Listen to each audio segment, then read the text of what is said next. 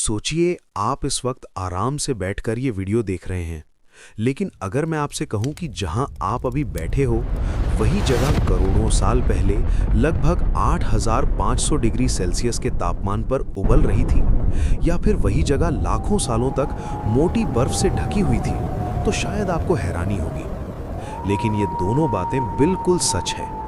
इस वीडियो में आप धरती के लगभग 4500 करोड़ साल के लंबे सफर को समझने वाले हैं। शुरुआत में जहां आज हमारा सौरमंडल है, वहां गैस और धूल के बड़े बड़े बादल हुआ करते थे। वैज्ञानिकों के मुताबिक इन बादलों के आसपास एक पुराना तारा मौजूद था। समय के साथ उस तारे की एनर्जी कम होने लगी और आखिर में एक विशाल विस्फोट हुआ।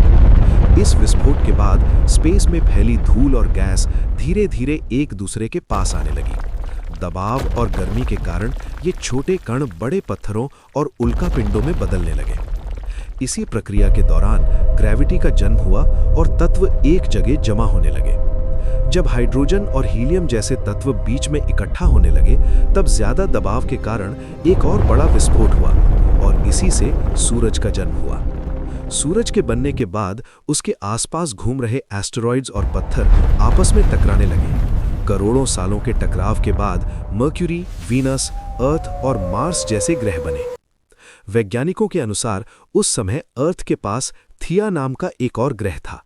एक भयानक टकराव में अर्थ और थिया टकरा गए। इस टकराव से अर्थ के टुकड़े स्पेस में फैल गए और उसके चक्कर लगाने लगे। धीरे धीरे यही टुकड़े जुड़कर चांद बन गए। शुरुआत में धरती बिल्कुल आग के गोले की तरह थी। हर जगह पिघला हुआ लावा था और तापमान हजारों डिग्री तक पहुंच चुका था।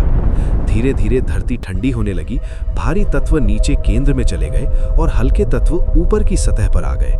लाखों सालों तक धरती पर उल्कापिंड गिरते रहे। इन उल्कापिंडों के साथ पानी, मिनरल्स और सॉल्ट्स भी आए। धीरे धीरे धरती की सतह ठंडी होने लगी और पानी जमा होने लगा। गहरे समुद्र के अंदर ज्वालामुखियों के पास पहली बार सूक्ष्म जीवों का जन्म हुआ।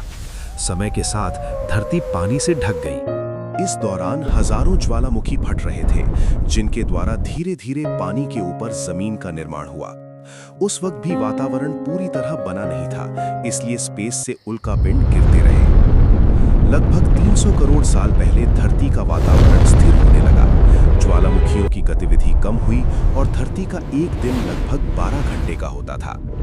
लगभग 250 करोड़ साल पहले कुछ ऐसे जीव बने जो धूप और पानी का यूज करके जीते थे और ऑक्सीजन छोड़ते थे। इनकी वजह से वातावरण में ऑक्सीजन बढ़ने लगी और धीरे धीरे हवा का निर्माण हुआ।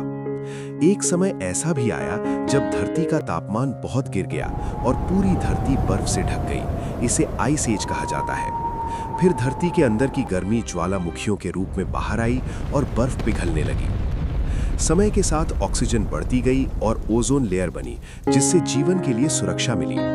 लगभग 47 करोड़ साल पहले पहली बार जमीन पर पौधे उगने लगे। समुद्र के जीव धीरे धीरे जमीन पर आए और नए रूप लेने लगे। आगे चलकर यही जीव बड़े प्राणियों में बदले, जिनमें डायनासोर्स भी शामिल थे।